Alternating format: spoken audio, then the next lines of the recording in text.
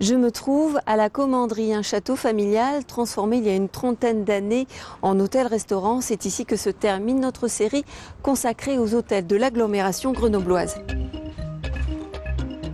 Entre aujourd'hui et hier, entre l'ancien et le moderne, le château de la Commanderie, édifié au XIIIe siècle par l'ordre de Malte, impose sa silhouette.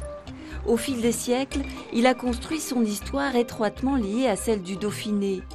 Aujourd'hui propriété des descendants de la famille Perrier, la demeure s'est transformée en entreprise familiale. Ils sont 3 frères à travailler ensemble, sous le regard bienveillant de leurs illustres ancêtres. Alors ici, nous sommes dans ce qu'on appelle le salon des portraits, qui est le salon dans lequel sont accrochés tous mes ancêtres. Anne de la Chapelle, Pierre de la Brosse, Alphonse Perrier, donc mon arrière-arrière-grand-père qui est ici descendant de Claude Perrier du château de Visil. Le château en lui-même a été acheté par mon arrière-grand-père en 1870. Donc voilà, donc il a été transmis de génération en génération jusqu'à ma mère. Cette maison de famille, maintenant, c'est devenu quelque chose de commercial, c'est notre travail. On est fiers de pouvoir garder cette maison parce que beaucoup de familles sont obligées de vendre et après, il n'y a plus de lien, il n'y a plus d'attache familiale. Et nous, c'était pour nous quelque chose de vraiment important. Depuis que la fratrie a repris l'affaire, l'hôtel s'est agrandi, amélioré. Il est devenu un 3 étoiles haut de gamme.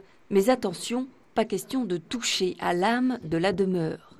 Voilà, donc ici, on arrive dans la chambre rouge, qui est la chambre la plus prestigieuse de la maison. Beaucoup de gens nous disent, quand on vient chez vous, on a l'impression d'être chez notre grand-mère. C'est-à-dire qu'on a voulu conserver une âme familiale. Bon, tout le monde n'a pas eu une grand-mère dans un château, je suis d'accord. Mais ça fait partie un petit peu du rêve de chacun d'imaginer sa grand-mère dans une vieille maison, avec des vieux meubles. Une âme, un décor, une histoire qui donne à chaque visiteur l'impression de participer un court instant à la vie de château.